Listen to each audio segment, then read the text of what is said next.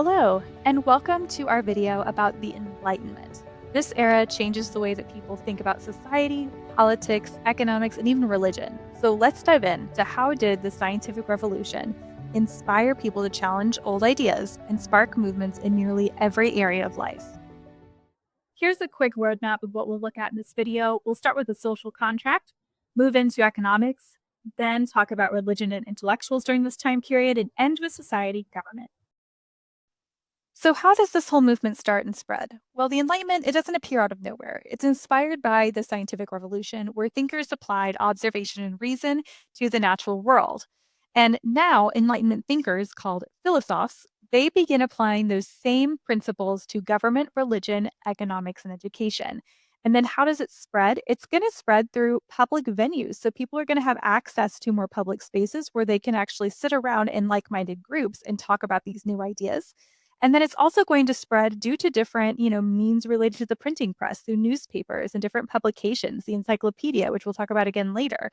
All these different, printed means are going to spread ideas a lot further afield than they would have been otherwise. Now, France, and particularly Paris, will become the capital of the Enlightenment. It's where thinkers will meet to discuss politics, society, and different reforms. And the philosophers believed in core ideas like reason, liberty, natural laws, and human progress. And that's going to be kind of the foundations of all these ideas moving forward. Now, one of the most influential of all the philosophers during this time is going to be this man named Voltaire. And Voltaire wrote scathing critiques of the French monarchy and the Catholic Church, calling for freedom of religion and freedom of speech. Now, these ideas did not go well. They got him exiled from France. And when he's exiled, he's going to move to England and spend a little bit of time in Austria during this time. And if you remember, in England specifically, they're a constitutional monarchy at this period of time.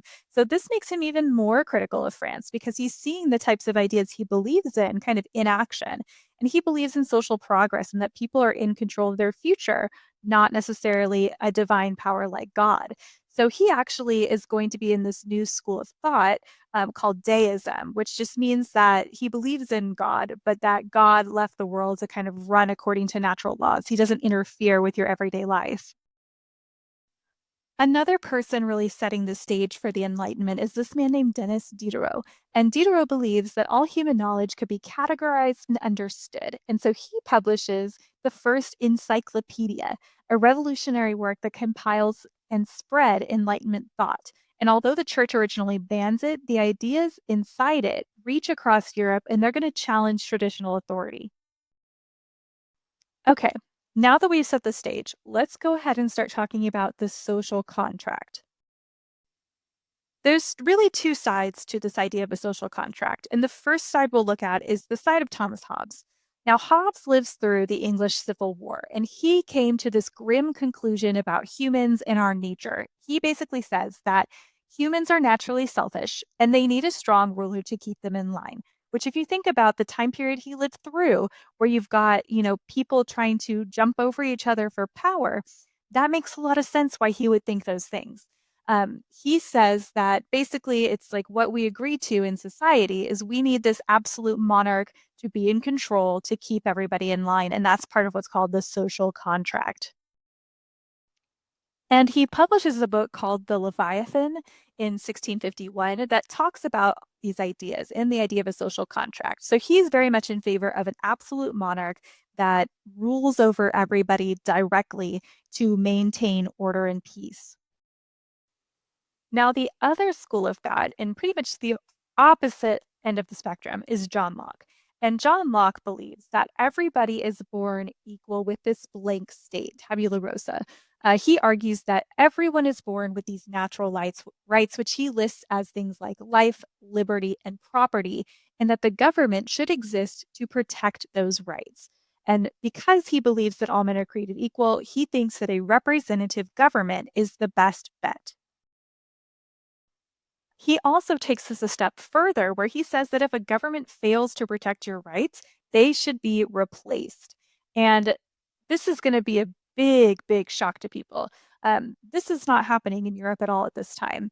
And these ideas, he's going to publish it into this work called The Two Treaties on Government in 1690. And it's directly going to inspire later revolutions, especially the American Revolution, who, with leaders like Thomas Jefferson, are going to write pretty much his exact words down into, the founding documents of America. Now, the last person to talk about with the whole social contract idea is Rousseau. And Rousseau took the social contract in another direction. And he believes that the people give governments power, like the people themselves are the ones giving the power. And that power must be used to protect liberty and promote equality. So, because he thinks all of that, he favors a direct democracy where the general will of all the people guide the decision making. Rousseau also believes that humans are most happy in their natural state, that a more primitive lifestyle is better, and that the more advanced society gets, the more freedom is eroded or destroyed. Um, Unlike many Enlightenment thinkers, he emphasizes emotion and education as the keys to human happiness. And it's really kind of interesting, though, because we'll talk about this later. But he believes, yeah, education is the key to happiness, but that's really only for men. Which brings us to our second point here. We'll look at some different women in the Enlightenment. So, what were women trying to do in this Enlightenment movement? Were they advocating for rights as well? And the answer to that is a little bit complicated. So, despite all their talk of equality, most Enlightenment thinkers had very outdated views on women. Rousseau, for instance, believed girls should be educated only to become wives and mothers, and many warned that novels would corrupt women's minds. Women were often excluded from Enlightenment salons and discussions. But there are a few people that will be advocating for women during this time period of like, grasping for rights. And one of those people is Mary Wollstonecraft. And Mary Wollstonecraft, she publishes an essay called A Vindication of the Rights of Women in 1792. And she kind of states in there, like, you should not leave women out of this movement. She calls for women to be educated, not just for domestic life, but to become nurses, doctors, and even participate in politics. And she claims, that women are behind because we're not given an education. And that's kind of the argument that she makes to be included within these movements. Someone else who will share these ideas is the Marquis de Condorcet, who takes it further, arguing that if all humans are equal, then women should have the same rights, including voting and political participation. His wife also supports these views and translated many Enlightenment texts that were not in French into French so that she could share them with people. And they're going to be kind of the black sheep of the Enlightenment movement because of this. And most Enlightenment thinkers, they disagree with them. They don't believe that kind of women have the capability because it doesn't fit their narrative. It does not help them to include women or people of color into these conversations because those are the people that are kind of like helping these machines run. Okay, moving forward, let's look at how economics were impacted by the Enlightenment. Enlightenment thinkers won't just stop at politics, they turn their attention to economics too. The physiocrats are going to oppose things like mercantilism and they're going to want a more laissez faire policy in place for the economy. They want more free market, they want a hands off approach to the economy, which is kind of the opposite of what mercantilism does, right? Mercantilism is very much hands on. And then we'll see some people starting to advocate for those things, especially for economic liberalism.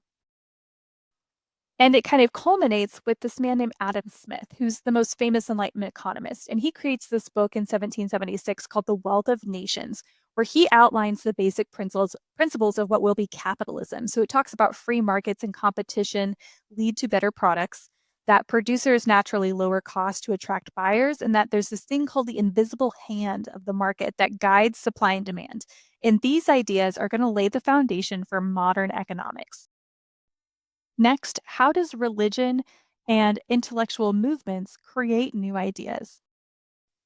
Now, Enlightenment thinkers don't just ignore religion, and in many cases, they kind of reimagine it. So, the development of deism, where we talked about with Voltaire, that God is the creator, but lets the world work its own way out. Things follow natural laws. There's this other school of thought called skepticism, which is not just, something that we talk about today. It's the questioning of institutions and traditions and demanding evidence and logic in order to accept claims. And then the development of atheism. Uh, So, believing in natural laws, but not divine ones, will help govern the universe. And as you can imagine, a lot of religious institutions are not happy with these new developments. But another person to note from this time period is a guy named David Hume, who wrote a treatise of human nature where he examines psychology as the rationale for human behavior. And he's a big advocate for skepticism. He thinks everything should be approached with some sort of doubt. And he questions certain aspects of religion, especially things that he sees as superstitious or, performing miracles, which are things that the Catholic Church kind of really promotes during this era. Okay, and this leads us into one of our last big points, which is society and government. Now, there's two big people to talk about in this section. The first is Baron de Montesquieu, who devoted himself to both study of political liberty. And he writes this book called The Spirit of Laws, in which he argues that the best governments divide power between executive, legislative, and judicial branches. And he thinks that each branch should have a system of checks and balances. Now, this should all sound very familiar to you because this is, again, another idea that is going to be implemented by Americans after the American Revolution. They set up this exact system based on Montesquieu's ideas.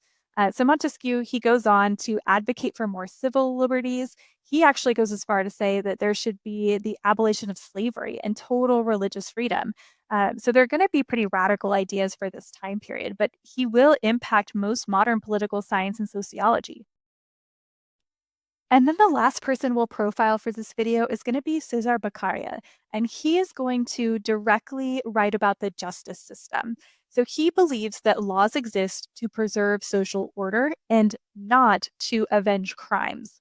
And he writes this book called On Crimes and Punishments in 1764, where he examines those ideas. So he advocates for an end to capital punishment, so the death penalty. He sees it as a violation of human rights. And he also calls for an end to torture. He thinks it's inhumane and it doesn't actually get the results that you really intend to have. And his ideas about criminal law are going to influence reformers around the world. And this is another example of an idea used by the newly formed United States. So the Enlightenment had a lot of effects for Europe and for the world in general. People no longer believe that the monarchy held absolute power and divine right as like a natural institution. It makes European monarchs make reforms and give more rights to their people. We start to see the abolition of slavery happening during this time. We see increased access to education. And the theories that are going to be put out there during the Enlightenment are eventually going to inspire the American and French revolutions, which will be a major, turning point in world history moving forward. And the Enlightenment shows how powerful ideas can change the world. Thanks for watching.